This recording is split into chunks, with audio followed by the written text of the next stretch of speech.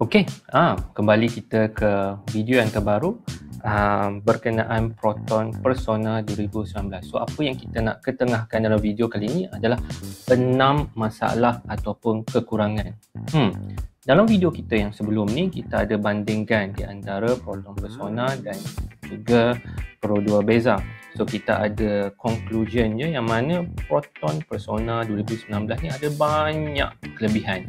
Tapi selepas kita dah bawa, kita dah selama 2-3 bulan, kita nak juga cari masalah ataupun kekurangan yang ada pada Proton Persona 2019 ni. Masalah ataupun kekurangan, ini bergantung kepada definisi anda. Anda nak kata dia masalah. Kalau anda rasa nak kekurangan, atau anda boleh kata dia kekurangan. Ini dia agak subjektif di sini. Namun, saya nak ketengahkan 6 perkara ini yang mana anda perlu evaluate, anda perlu test drive, anda perlu tahu supaya anda dapat maklumat lebih jelas tentang kereta ini, dan juga sanggupkah anda tolerate, sanggupkah anda hidup dengan kereta ini, bawa kereta ini for the next 5 tahun, 7 tahun ataupun 9 tahun. Okay, so jadinya bagi mereka yang masih lagi baru kepada channel ini, boleh klik subscribe dekat bawah tu, tak ada masalah, mudah aja. Tak perlu bayar apa-apa sebagai tanda sokongan anda pada video ini. Okay, dan juga of course sudah tentu anda boleh komen sebagai mungkin anda ada input-input yang saya tak tahu. Mungkin anda dah guna kereta ni selama 6-7 bulan lebih daripada saya, dan dari situ anda boleh kenal pasti maklumat-maklumat tambahan yang ada, kekurangan atau kelebihan yang mungkin anda boleh add on. Okay, so boleh letak pada komen. So jom kita tengok perkara yang pertama, kekurangan ataupun masalah yang pertama pada Persona 2019 ni. So yang pertamanya apa tu? Glaring fuel and temperature meter. So jadinya Proton Persona 2019 ni didatangi dengan center console yang baru. Nampak secara keseluruhannya sangat menarik. Bila anda turn on engine, wow, sangat moden, dan inilah yang sepatutnya Proton ada pada masa kini. Namun begitu, anda akan perasan design untuk temperature dan juga fuel gauge, meter dia tu, tengok lampu dia tu putih sikit, backlight dia warna putih sikit. So kalau anda test drive, anda belum beli lagi, anda hanya test drive, mungkin anda tak perasan benda ni sangat, mungkin anda mencari kekurangan yang lain.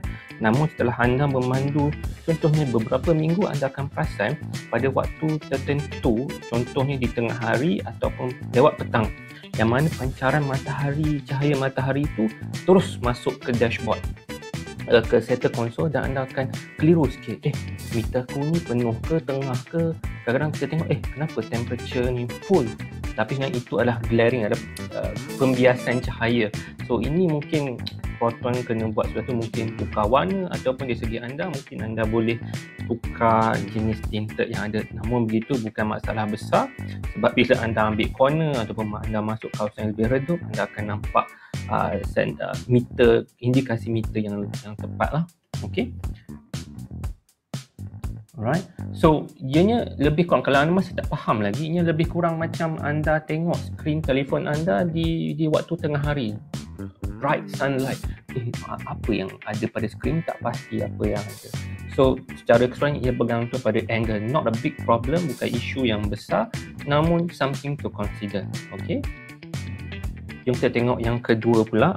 So apa yang kedua adalah the Persona wording at the back. Perkataan Persona, emblem Persona dekat belakang buntut kereta. So secara keseluruhan kalau anda tengok, Proton Persona 2019 ni rear bumper semua dah di-renovate, dah diberi a new facelift, a new fresh look, and plus juga ditambah juga dengan perkataan Proton. Ini lebih kurang macam yang diambil daripada Proton X70, atau kalau anda masih ingat sebelum X70 Suprema S dah ada style design macam ni. Tapi ni bila ada design macam ni, perkataan Persona itu nampak macam tak sesuai, dia nampak macam pelik. Font yang berlainan yang saya tak pasti macam mana Proton akhirnya decided to put this emblem, this wording. So bagi setengah mungkin tak kisah, tapi bagi setengah yang agak particular, yang agak cerewet, yang agak teliti, mungkin ambil masa sedikit. It's not big problem, dia tak mengganggu pemanduan anda pun. Tapi still kadang-kadang kita ni kadang-kadang nak tahu kita sayang kereta ke tak, kita akan selalu tengok kereta kita tu. Alright, kalau naik motor tinggalkan kereta kat rumah, kita akan tengok dulu kereta kita, oh cantiknya. Namun kalau ada satu benda yang off look, out of design, kita akan rasa sakit hati atau irritating. Namun bergantung, mungkin over time dah tak kisah dah, benda minimum yang macam ni. Okey, jom kita tengok yang ketiga, yang seterusnya,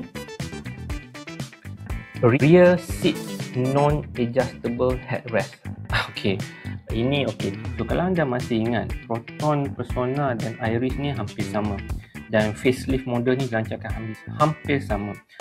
Iris dilancarkan dengan design yang lebih sporty, namun Persona dilancarkan dengan design yang lebih elegan, yang lebih professional. So ini salah satu perbezaan antara Persona dan Iris kalau saya nak bandingkan sedikit. Iris yang sporty, headrest belakang dia, walaupun kerusi design semua yang sama, tapi headrest belakangnya boleh adjustable. So sangat sedap lah bagi orang tinggi rendah nak adjust, tak ada masalah. Namun bagi Persona tak boleh adjust, dia mati kat situ je. So agak macam kurang sikit kenapa dia bezakan dua perkara ni sedangkan boleh sama, mungkin costing, design dan sebagainya. Namun Proton ada keluar statement yang kata position ni dah sesuai dah, memang optimum. Namun saya cadangkan, kalau boleh lah, kalau anda dah ada keluarga, boleh bawa keluarga anda yang mungkin anak-anak yang duduk kat belakang tu, atau isteri, mak mentua, ibu ayah duduk kat belakang tu, mungkin boleh duduk tanya mereka selesa ke tak selesa. Kalau tak ada, anda sendiri boleh duduk dan tengok boleh tolerate tak dengan kekurangan ni. So betul ke Proton kata dah angle dah cantik? Bagi saya yang agak tinggi saya rasa kurang sesuai. Saya still rasa saya kena pakai yang bantal neck pillow tu untuk long distance driving. So bergantung pada anda. Kalau anda rasa tak kisah dengan kekurangan ini, tak ada masalah. Okay. So jom kita teruskan dengan perkara yang seterusnya.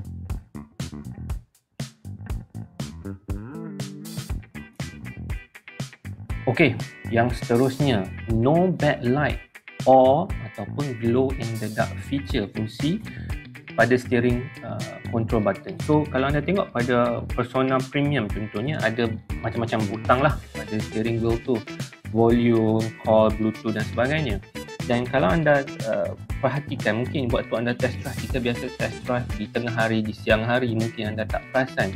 Namun bagi pengguna Persona, anda mungkin setuju dengan saya yang anda mungkin tak nampak butang-butang itu di waktu malam kalau anda tak ada fungsi backlight ataupun glow in the dark feature. Dan ini agak irritating, agak annoying sedikit. Jadinya anda kena ingat, jari jemari anda kena ingat, tangan anda kena ingat lokasi-lokasi butang tersebut di waktu malam. Namun ini yang saya nak tekankan, jika anda drive kereta dah seminggu dua dah bawa kereta ni, kalau anda nak guna button pada steering tu, anda masih tengok lagi ke butang-butang tu? Saya rasa tak, sebab saya tak. Okay? Kita ada muscle memory.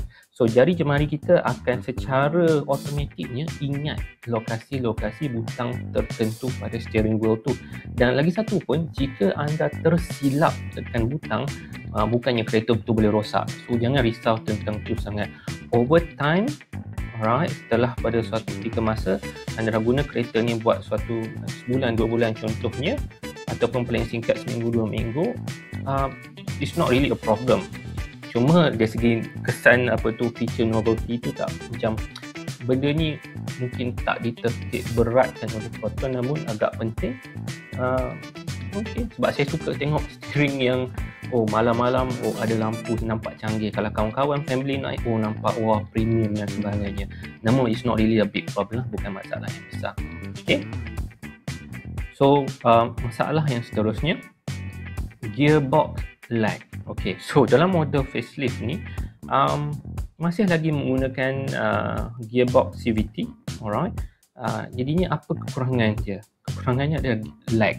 Dia akan macam menekan sikit kadang, especially terutamanya ketika low speed driving. Low speed driving ni maksudnya mungkin anda di tengah bandar, traffic jam, anda bawa dalam 20-30 km sejam saja dan anda akan rasa jerking sedikit. minimal, tak ketara sangat, namun ada. Tapi apa kelebihannya bagi mereka yang tak duduk di bandar ataupun yang tak melalui traffic jam yang ketara? It's not really a big problem lah. Alright, sebab kenapa? Gearbox ni agak okey, tak ada masalah, sangat bagus untuk long distance driving. Dan bila anda ambil corner, lepas tu nak tekan balik minyak, nak pick up the speed back, it's very good, excellent, sangat bagus dia punya pick up rate dia. Dan juga kalau anda contoh, saya dah trust bawa ke Genting Highland, dia punya uphill cornering, sebab Genting Highland kan ada berselok-belok sikit, sangat best. Pick up dia, kita boleh rasa kuatnya gearbox ni. Dan juga untuk high speed passing, untuk memotong, contoh di highway anda nak potong kereta lain, tak ada masalah, pick up memang ada. So gearbox ni secara keseluruhannya low speed dan 20 ke 30 km sejam tu kurang memuaskan, namun untuk high speed sangat perform. Alright, sangat excellent. Okay, yang terakhir, ni mungkin ramai tak sedar lah, poor stock tire performance. Alright, even walaupun dengan fungsi ESC berfungsi ketika pemanduan, tayar stok, tayar yang anda dapat daripada Kilang Proton, iaitu Silverstone, brand Silverstone Cruiser ni sangat kurang memuaskan. Sebab apa?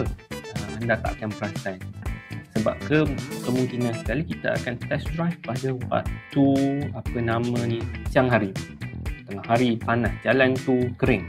So anda tak akan dapat rasa perbezaannya. Ini akan rasa seperti tayar yang biasa. Namun jikalau anda cuba test drive di wet road, jalan basah waktu hujan lebat, bukan hujan renyai-renyai manja-manja, macam hujan lebat betul yang ada lopak-lopak air, anda akan rasa kereta ni membuang, akan terhuyung hayang dan tak grip sangat. So ini bagi saya masalah besar. Dan lagi satu, mungkin bagi anda rasa mungkin ini akan terjadi kalau kita memandu secara laju ataupun secara berbahaya. Namun kena ingat, kadang-kadang ada situasi yang kita terpaksa buat emergency brake. So walaupun kereta Persona ni datang dengan pelbagai fungsi keselamatan, alright, namun yang fungsi semua tu akan bergantung kepada performance tayar. Sebab tayar tu yang jejak jalan raya tu. Jadi kalau tayar ni dia tak perform dengan cara yang sepatutnya, fungsi semua tu akan useless. So saya pun pernah terlibat dengan kemalangan yang mana walaupun kereta tu ada pelbagai fungsi keselamatan, namun tayar tak grip, still accident, still kalau kita cuba yang terbaik, namun ada perkara yang kita perlu buat add-on. So jadinya apa yang saya masuk ke add-on tu mungkin setelah anda decide, anda putuskan nak juga beli Proton Persona ni sebab tepat pada bajet dan kualiti yang anda inginkan. Do spare some money, cuba asingkan sedikit wang untuk tukar tayar ni. Macam ada rakan saya dah tukar, dia recommendkan, saya bukan nak promote lah, kalau tak silap saya Goodyear, brand Goodyear Triple Max 2. Alright, harganya pun tak berapa mahal, dalam 150-160 secara kasar per tayar. Kalau anda boleh spare sedikit wang untuk tukar tayar ni, tak ada masalah. Dan tayar stok daripada Proton tu mungkin anda boleh tolak pada kedai ataupun anda boleh buatlah apa-apa yang anda nak padanya.